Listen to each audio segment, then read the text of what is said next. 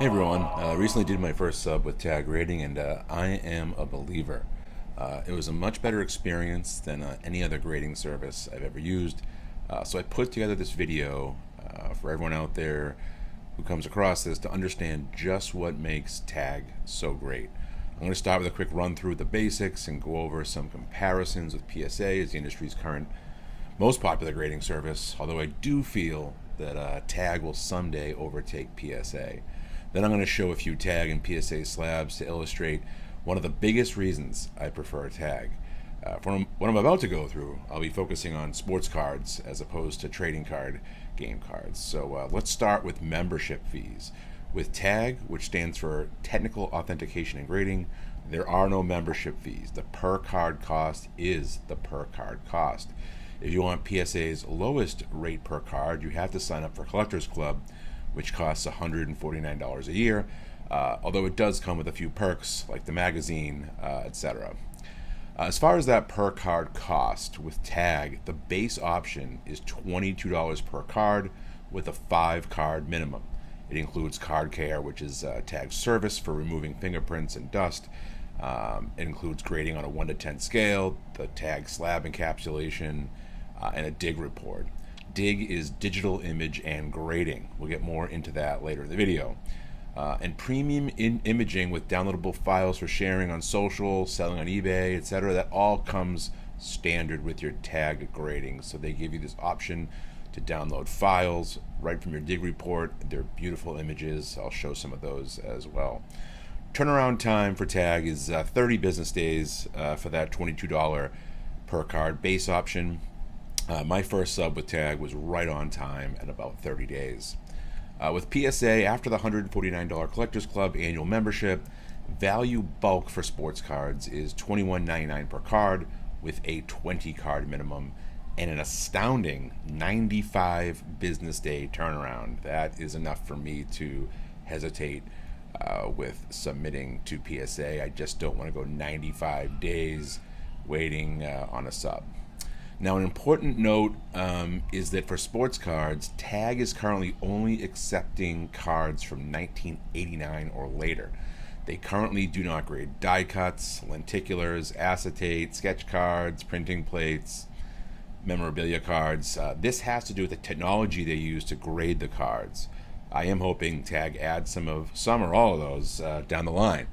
But let's take a look at a few tag slabs. I love these slabs, crystal clear, clean. The grade etched right into the slab. They are really sharp.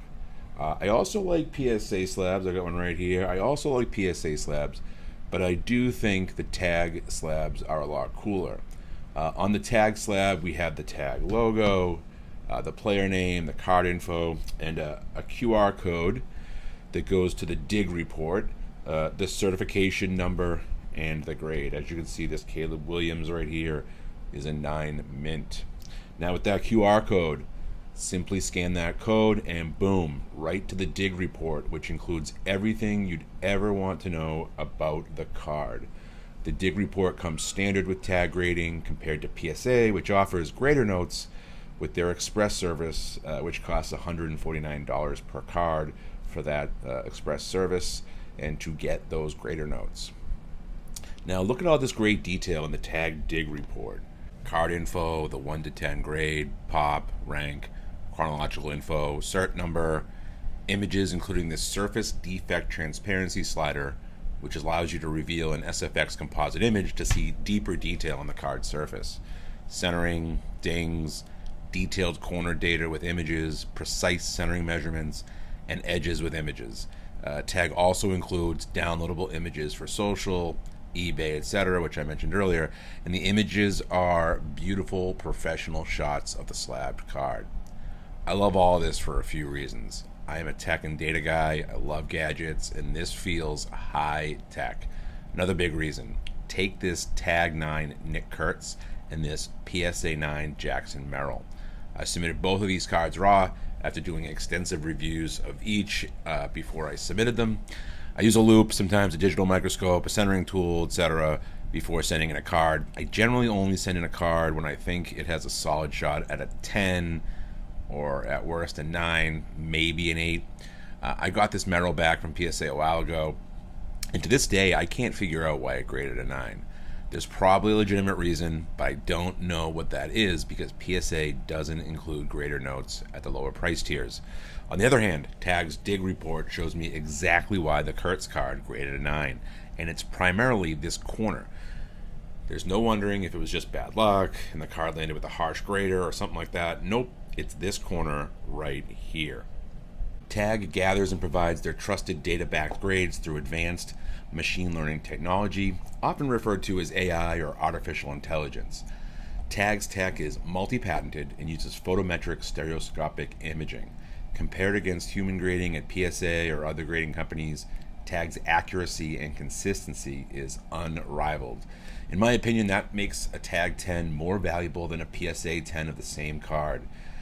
With the TAG card, I know the grade is data backed. I can look at the dig report. I know every detail of the card, which in my opinion beats a PSA 10 that might have been more likely a 9 or borderline 9 or 10 and got a 10. Now, if you get a TAG 10, there's another big advantage over PSA. TAG does not have a value upcharge. So if you have a real banger of a card and it grades a 10, PSA is going to hold that card hostage until you pony up some more money. Not TAG. No matter the grade and post-grade value, you get your card back without paying another penny.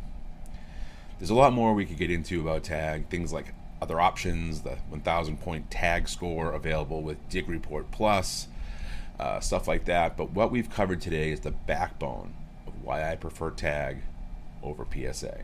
Thanks for watching.